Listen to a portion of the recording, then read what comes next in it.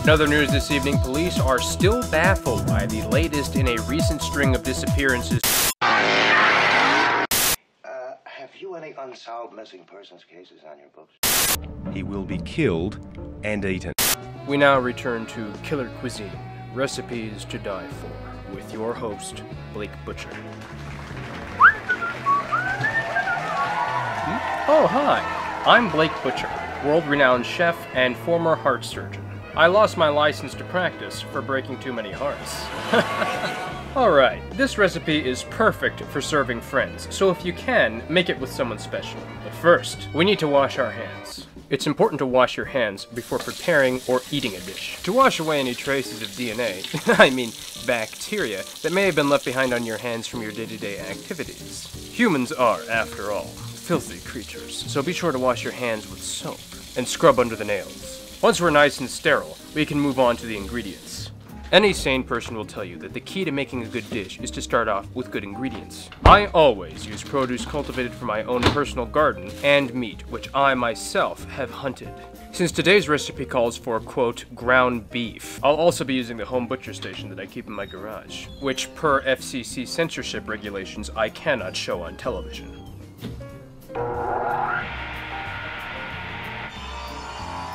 Then we head back to the kitchen to further tenderize the meat. One of the things I like most about using ground meat is that it's completely unrecognizable from its creature of origin. It's just another fun, magical mystery of the culinary arts. Now it's time to prepare the onions. Selecting the right knife to slice and dice with is like picking the right tool for the right task. To a hammer, everything is a nail, a log to an axe, and a grave to a shovel. Not necessarily in that order, as long as the grave comes last. For chopping the onions, we'll want to use a large kitchen knife for good leverage. But for finer, more detailed tasks, a small knife is ideal. This kind of knife is useful for things like peeling and removing the eye of the onion, the part responsible for causing people to cry during the chopping process, an issue that I myself have never run into, since I'm incapable of tears, and other typical human responses.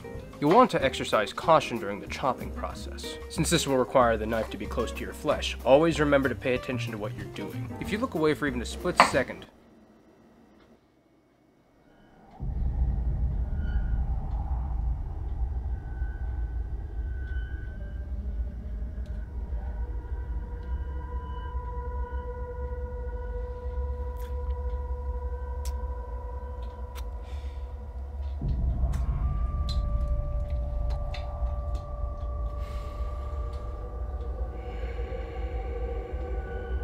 which reminds me, selecting the right beverage to complement a meal. One of the most important steps in the dining process.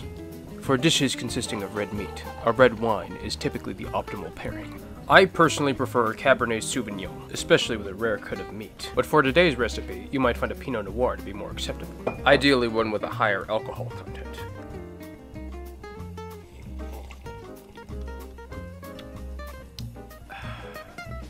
A glass of wine can be especially helpful when hosting dinner parties. It better prepares your guests for the meal.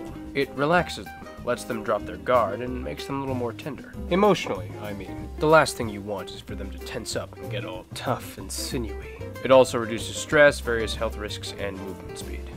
After a disarming pre-dinner serenade, we can head to the stove and begin cooking. Pour some vegetable oil into a pan and fry over a low flame. A slow burn will prevent the meat from drying out and losing its essence. This technique will allow you to lock in its flavor. You'll first want to slice the meat into small pieces before putting it in the pan, and try to have fun with it. I find channeling negative energy into cooking induces a state of zen. Now drop the meat in with the onions and slowly stir. Then I apply some of my homemade red sauce. I'd tell you what's in it, but it's an old family recipe.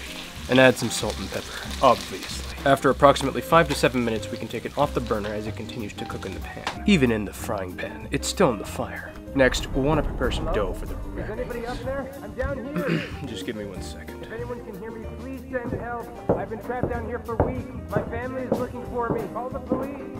Hello? Oh God. What did I tell you about making too much noise down here? Someone help, please. I tried asking politely. No, stay away from me. Where are you going? Somebody help. It is ready. No. And there you have it. Smothered minced meat pierogies in red sauce. A dish best served cold. I'm joking, of course. Serve them hot. Enjoy them with friends, co-workers, or strangers you meet on the side of the road. Tune in next week for Death by Chocolate Food Cake. Until then, I'm Blake Butcher, wishing you a good night.